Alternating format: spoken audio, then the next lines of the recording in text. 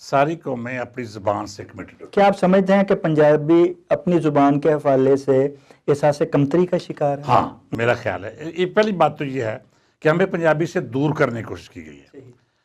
جب انگریز یہاں پہ مسلط تھا تو اس نے یاد ہوگا آپ کو کہ اس نے پنجابی قاعدہ پڑھنے پہ پابندی لگا دی تھی.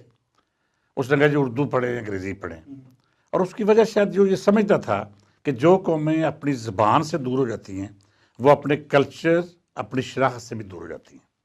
میں یہ سمجھتا ہوں کہ ہم اگر پنجابی پڑھتے ہوں گے، پنجابی بولتے ہوں گے، پنجابی سمجھتے ہوں گے تو اپنے اکابرین کا وہ درس ہمیں یاد ہوگا جو بلے شاہ نے دیا ہو، جو وارث شاہ نے دیا ہو، یا سلطان باہو نے دیا ہو. لہٰذا یہ بات ضروری ہے کہ وہ قومیں ترقی نہیں کر سکتی جو اپنے اکابرین کے درس سے آشنا نہیں. اچھا، اس کے باوجود کل تک تو عام سے پہلے بھی بنے، لیکن موجودہ حکمرانوں کے حوالے سے وہ خود پنجابی ہیں، اور پنجاب کے ہوتے ہوئے وہ عام فہم اور عام جگہ بیٹھے ہوئے وہ پنجابی ہی بولتے ہیں. پھر کیا وجہ انہوں نے پنجاب کی اور پنجابی کو فروغ دینے میں وہ کردار ادا نہیں کیا جو کہ کوئی اور جب بنتا ہے یا دوسرے ممالک میں ہوتا ہے تو وہ اس پہ توجہ دیتے ہیں؟ اس کی سیاسی عوامل بھی ہیں. پہلی بات تو میں تھوڑا سا پیچھے جاؤں گا کہ یہاں پہ پنجابی ذریعہ تعلیم نہیں بنی. جب پاکستان بنا تو سندھ میں سندھی زبان کو لاگو کر دیا گیا، سرحد میں پشتو زبان لاگو کر دی گئی، اور آپ یہ سن کے حیران ہوں گے کہ وہاں کا کوئی لڑکا اس وقت تک میٹرک پاس نہیں کر سکتا جب تک وہ سندھی کا پرچہ نہ دے رہے یا وہ پشتو کا پرچہ دے رہے. ہمارے ہاں پنجابی زبان ذریعہ تعلیم کے طور پہ لاگو نہیں ہوئی. پاکستان بننے کے تقریباً 20-25 سال بعد ایم اے میں پنجابی آئی، ایم اے کے بعد بی اے میں پنجابی، پھر ایف اے، اور اب بطور اختیاری سبجیکٹ کے 6ٹھی سے لے کے میٹرک تک پنجابی لاگو ہے.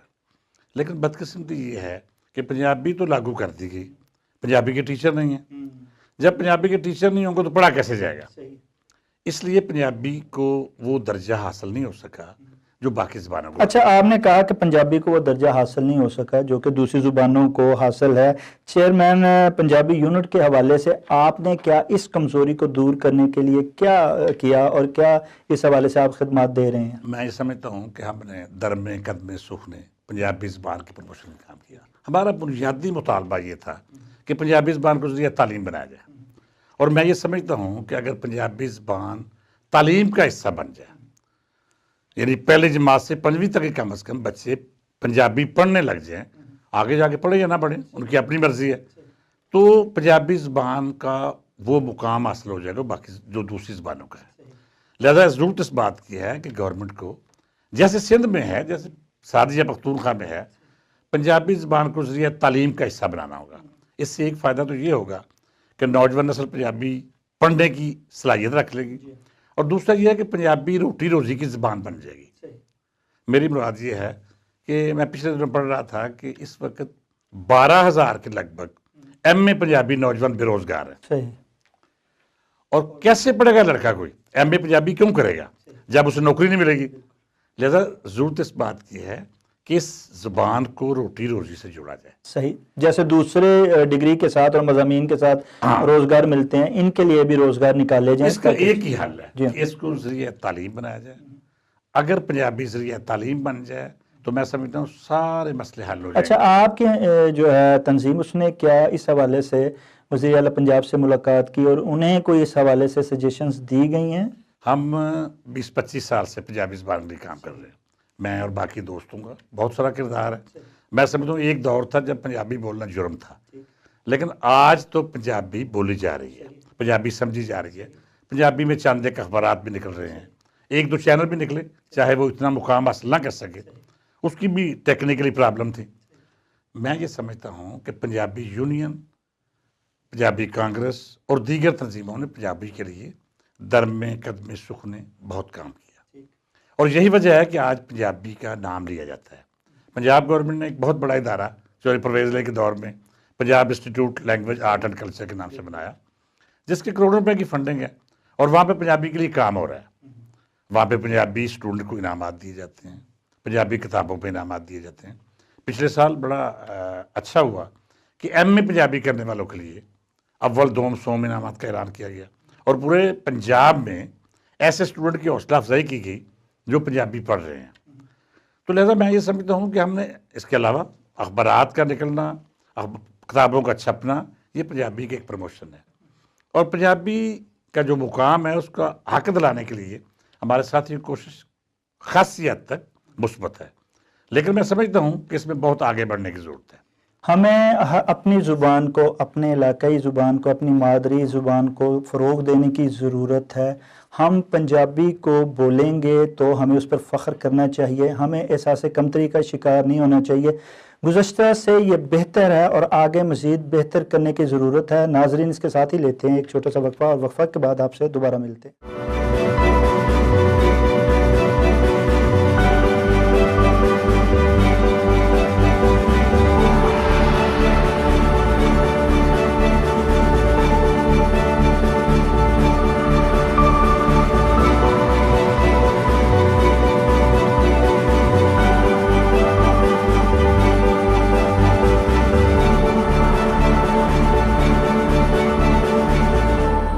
ویلکم بیک ہے ناظرین، گفتگو کا سلسلہ جہاں سے منقطع ہوا تھا وہیں سے شروع کرتے ہیں۔ مدثر بٹ صاحب، چیف ایڈیٹر پوسٹ ماڈرن اور پولیکھا، کیا آپ بتائیں گے کہ جہاں آپ نے پنجابی کی بات کی وہاں آپ نے صحافت میں بھی بڑی خدمات سر انجام دی ہیں، کل کی صحافت، آج کی صحافت اور مستقبل کی صحافت کیسی دیکھتے ہیں؟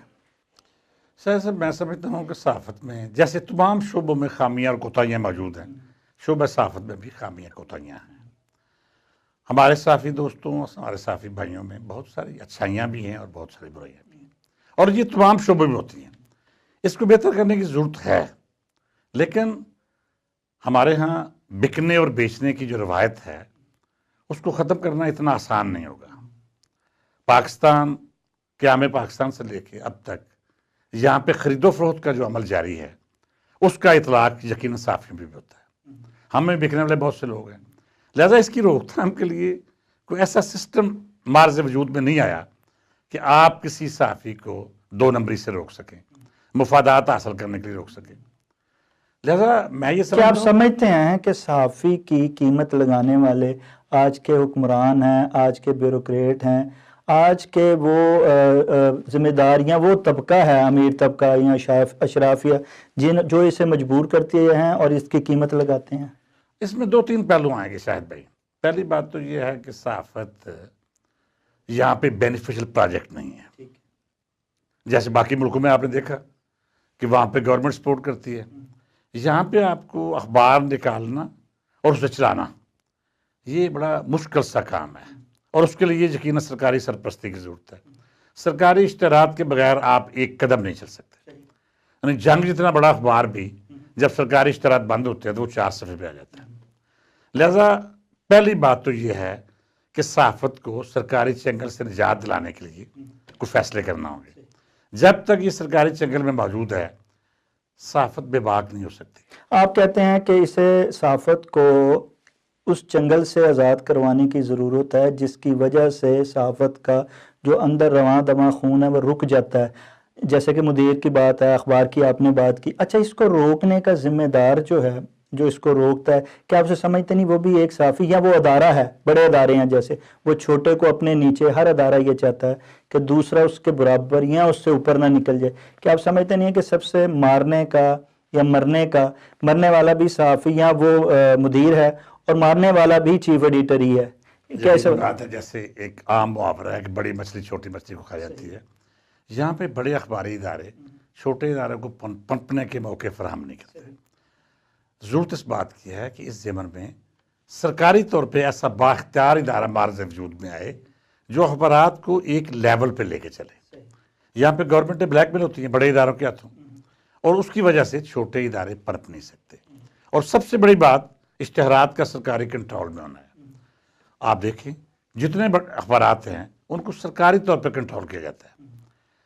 میری مراد اشتہارات سے یہ ہے کہ آپ، گورنمنٹ کی مرضی ہے کہ کسی ایک اخبار کو چند ہزار کے اشتہار دے یا چند لاکھ کے یا چند کروڑ کے۔ اس سسٹم کو بدلنے کی ضرورت ہے۔ جب تک آپ اشتہارات یا اخبارات کی سپورٹ کے عمل کو سسٹمیٹیکل نہیں بنائیں گے یہ سسٹم بہتر نہیں۔ اچھا، آپ جہاں سسٹم کی بات کرتے ہیں، آپ نے اس کے خلاف جد و جہد بھی کافی دفعہ کی ہے۔ آپ کا اختلاف جو ہے ہمیشہ پریس انفارمیشن سے اور وہاں کے بیوروکریٹ سے رہا ہے۔ کیا آپ کی یہ جدوجہد کامیاب ہوئی اور کیا وہ اختلاف آج بھی قائم ہے؟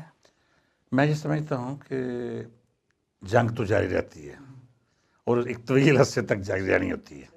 ہم نے ہمارا جو بنیادی فلسفہ تھا وہ یہی تھا کہ سرکاری اشتہارات کو بڑے اخبارات کے چنگل سے نجات دلا کر عام اخبارات تک اس کی رسائی دی جائے. آپ کا اخبار ہو یا میرا اخبار ہو یا کسی اور کا اخبار ہو، اس کو حصہ بقدر جسہ ملنا چاہیے. یہ ضروری نہیں ہے کہ اخبار کا مالک اگر گورنمنٹ کی طرفداری نہیں کر رہا یا وہ اپنی مرضی کر رہا ہے تو اس کے اشتہارات بند کر دیے جائیں. یہی سب سے بڑا اختلاف ہے ہمارا بیوروکریٹس کے ساتھ یا گورنمنٹ آف پاکستان یا گورنمنٹ آف پنجاب کے ساتھ. ضرورت اس بات کی ہے کہ اخبارات کو ان کی سرکولیشن اور ان کے معیار کے مطابق اشتہارات جاری ہونے چاہیے، نہ کہ ان کی پالیسی کے مطابق اشتہار جاری. اچھا، اس میں آپ کیا کہتے ہیں کہ کون مین کردار ادا کر سکتا ہے؟ کیا حکمران کر سکتے ہیں؟ کیا پریس انفارمیشن کا ادارہ کر سکتا ہے؟ یا صحافیوں کی جو تنظیمز ہیں بنی ہوئی، جو ایڈیٹرز کونسلز ہیں یا دیگر جو ہیں، کیا وہ یہ چیز کو جو ہے وہ کامیاب بنانے کے لیے کچھ کریں گی، بہتر کرنے کے لیے؟ جہاں تک تنظیموں کا تعلق ہے، تنظیموں پہ بھی اجارہ داری بڑے اخبارات کی ہے. اے پی این ایس ہو یا سی پی این ای ہو، وہاں پہ 240 ممبران پورے ملک پہ حکمرانی کر رہے ہیں. ملک میں چھپنے والے اخبارات کی تعداد لاکھوں میں ہے، جن میں ہزاروں اخبارات ایسے ہیں جن کی سرکولیشن بہت معقول ہے، لیکن ان کا تسلط اے پی این ایس یا سی پی این تک نہیں ہے. لہذا میری ذاتی رائے میں ایک ایسی تنظیم کی ضرورت ہے جس میں عام اخبارات کو ممبرشپ کا داخلہ آسان ہو، ہر اخبار کا مالک اس کا ممبر بن سکے. اس پہ ہم ورک بھی کر رہے ہیں. ہماری کوشش بھی ہے کہ پاکستان میں ایک ایسی متوازی تنظیم عرض وجود میں آ جائے جو کہ اخبارات کی نمائندہ تنظیم ہو، جس میں ہر اخبار کا مالک اس کا ممبر بن سکتا ہو. اچھا، آپ سمجھتے ہیں کہ آج صحافی اور مدیر دونوں خوشحال ہوئے ہیں؟ نہیں، مفاد پرست خوشحال ہوئے. میں نہیں سمجھتا. صحافت کی بات پچھلے دنوں ہو رہی تھی، منو بھائی کے بارے میں ایک تقریب تھی تو مجھے بھی اس پہ کچھ کہنا تھا. تو میں نے محسوس کیا کہ منو بھائی کے بارے میں یہی آپ کہہ دیں کہ ایک ایسا آدمی تھا جس کا کسی ہاؤسنگ اسکیم میں کوئی پلاٹ نہیں تھا، جس نے ساری زندگی مفاد حاصل نہیں کیا، جس نے صحافت کو کبھی ذریعہ مفاد نہیں بنایا. تو ایسے صحافی بہت کم ہیں. لہذا وہی لوگ فائدے اٹھا سکے ہیں جنہوں نے تم بھی ادھر چلو جدھر ہو ہوا. اچھا، آپ کے بارے میں اکثر یہ مشہور بھی ہے کہ جو مفادات کا لیے کام کرتے تھے یا جو صحافی زرد صحافت کرنے والے تھے، آپ نے ان سے بھی بڑھ کر انہی کے ساتھ وہ کیا جو وہ دوسروں کے ساتھ کرتے. اس میں کہاں تک سچائی ہے؟ میں سمجھتا ہوں کہ میرا بنیادی فلسفہ یہی تھا کہ پہلے اپنی منجی کے تھلے ڈانگ پھیری جائے، اور میں سمجھتا ہوں ہمیں اپنے آپ میں موجود برائیوں کو ختم کرنا ہوگا. ہم میں موجود جو برے ہیں ان کا محاسبہ کرنا ہوگا. تو یہی ایک عمل تھا جس کی بنیاد پہ میں نے اپنے کچھ صحافی دوستوں سے لڑائی مول لی. یقینی بات ہے میں سے وہ بڑے صحافی تھے، ان سے لڑنا اتنا آسان نہیں ہوگا، لیکن حق اور سچ میں جو اصل فتح ہوتی ہے وہ حق کی ہوتی ہے. اور میں نے بارہا یہ آزمایا کہ ہم نے جن لوگوں کو ٹارگٹ کیا ان کو بالآخر شکست کھانا پڑی. اور اس سمن میں اگر سارے اخبار نویس یہ سمجھوتا کر لیں اس بات پہ کہ ہم نے برائی کے خلاف چلنا ہے، تو میں سمجھتا ہوں یہ معاشرہ امن اور رواداری کا پیمبر بن سکتا ہے. اچھا بٹ صاحب، کیا آپ سمجھتے ہیں کہ آج پرنٹ میڈیا اور الیکٹرانک میڈیا جو ہے وہ اس کا مستقبل پاکستان میں روشن ہے اور یہ آگے ترقی کی طرف گامزن ہے؟ پرنٹ میڈیا کے بارے میں تو خدشات ہیں، لیکن بار زندہ رہے گا. آپ نے دیکھا جہاں پہ الیکٹرانک میڈیا بہت بڑی دھاک کے ساتھ موجود ہے، لندن، امریکہ، وہاں بھی پرنٹ میڈیا کا موجود ہے. پرنٹ میڈیا زندہ رہے گا، لیکن اگلا دور سوشل میڈیا اور الیکٹرانک میڈیا کا ہے. اس تک رسائی آسان ہے، ہر بندہ فوری طور پہ خبر سننے اور پڑھنے کی صلاحیت رکھتا ہے. لہذا میں سمجھتا ہوں کہ اگلے دور میں الیکٹرانک میڈیا زیادہ بہتر طریقے سے فعال ہوگا، کامیاب ہوگا، اور اس کے لیے اسکوپ. اچھا، آپ لیکھا پوسٹ مارٹم نکال رہے ہیں، تو کیا آپ سمجھتے ہیں، ہم 30-35 سال سے آپ کا یہ سلسلہ صحافت کا جاری ہے، بالخصوص مدیر اعلیٰ بھی آپ ان دونوں اخباروں کو لیکن وہ ایک جو چیز ہوتی ہے ایک لیول پہ پہنچنا اور ایک معیار پہ آنا، کامیاب کرنا، وہ نہیں کر پائے جو کہ اتنے عرصے بعد آپ کو کر لینا چاہیے تھا. کیا وجہ آپ سمجھتے ہیں، اس کی کیا وجہ ہے؟ میں یہی اس کی پہلے میں نے عرض کی ہے کہ چھوٹے اخبارات کو پنپنے کا موقع نہیں فراہم کیا جاتا. ضرورت اس بات کی ہے کہ اخبار کو اس کے معیار پہ پرکھا جائے. میں 25 سال سے پنجابی کا ایک اخبار نکال رہا ہوں بلیکھا کے نام سے. آپ نے دیکھا یورپ میں یا باہر کی دنیا میں کوئی بھی کام لینگویج پہ ہو یا کسی مشن پہ ہو گورنمنٹ کو سپورٹ کرتی ہے. یہاں پہ ایک پنجابی کا اخبار ہے اور گورنمنٹ سے سپورٹ کرنے سے گریزاں ہے.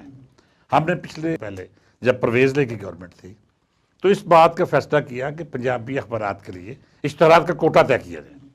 اور ہمارے ملک میں ایسا ہے، سندھ میں سندھی اخبارات کے لیے 40% کوٹا طے ہے. میں نے اور ضیاء شاہ صاحب نے چیف منسٹر چودھری پرویز لے کو ملے اور ایک فیصلہ ہوا کہ پنجابی اخبارات کے لیے کوٹا طے کر دیا جائے تاکہ یہ اخبار بھی اچھے معیار سے نکل سکے. بڑی مشکل سے 5% کوٹا طے ہوا، لیکن میاں برادران جو کہ پنجابی کے خود بہت بڑے دعوے دار ہیں، اور جب بھی انہیں کوئی زک پڑتی ہے وہ جاگ پنجابی جاگ تیری پگ نو لگ گیا داغ کا نعرہ لگاتے ہیں، لیکن انہوں نے پنجابی اخبارات کے اشتہار بند کر دیے. اور سٹل وہ 5% اخبارات کو اشتہارات نہیں مل سکے جو پنجابی اخبارات کے لیے ایلوکیٹ کیے گئے تھے. تو ضرورت اس بات کی ہے کہ لینگویج پیپر کو بالخصوص ان کا حصہ دیا جانا چاہیے.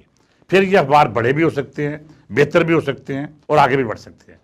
چھوٹے اخبارات کو جب تک آپ تحفظ نہیں دیں گے، جب تک ان کو سرمایہ دینے کے ساتھ ساتھ ان کے مفادات کا تحفظ نہیں کریں گے، کیسے ممکن ہے کہ وہ اپنی جگہ بنا سکیں؟ آج وہی ہے کہ ہر جگہ جیسے بڑوں کی اجارہ داری ہے، اس میں چھوٹوں کا کوئی حصہ نہیں ہوتا.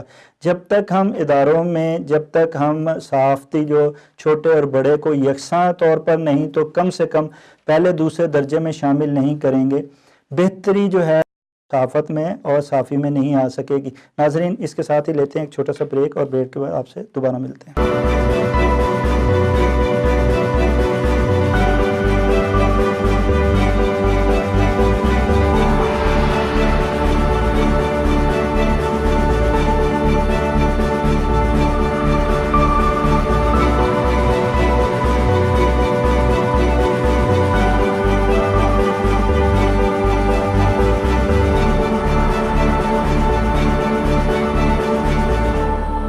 ویلکم بیک ناظرین. مدثر بٹ صاحب کا کہنا ہے کہ جب تک آپ صحافت میں صحافیوں کو بہتر صحیح طور پہ بنانے کی کوشش نہیں کریں گے، ان کی حوصلہ افزائی نہیں کریں گے، تب تک صحافت میں بہتری ناممکن ہے. مدثر بٹ صاحب، ہم بات کر رہے تھے صحافت کی، لیکن صحافت منسلک ہے سیاست سے. جب سیاست کی بات آتی ہے تو جب تک سیاست میں بہتری نہیں آئے گی، ہم صحافت میں کیسے بہتری لا سکتے ہیں؟ کہتے ہیں کہ ایک سیاست دان جو ہے وہ جہاں تک صحافی میں جو کمزوری ہے وہ پیدا کرنے کا ذمہ دار ایک سیاست دان بھی ہے.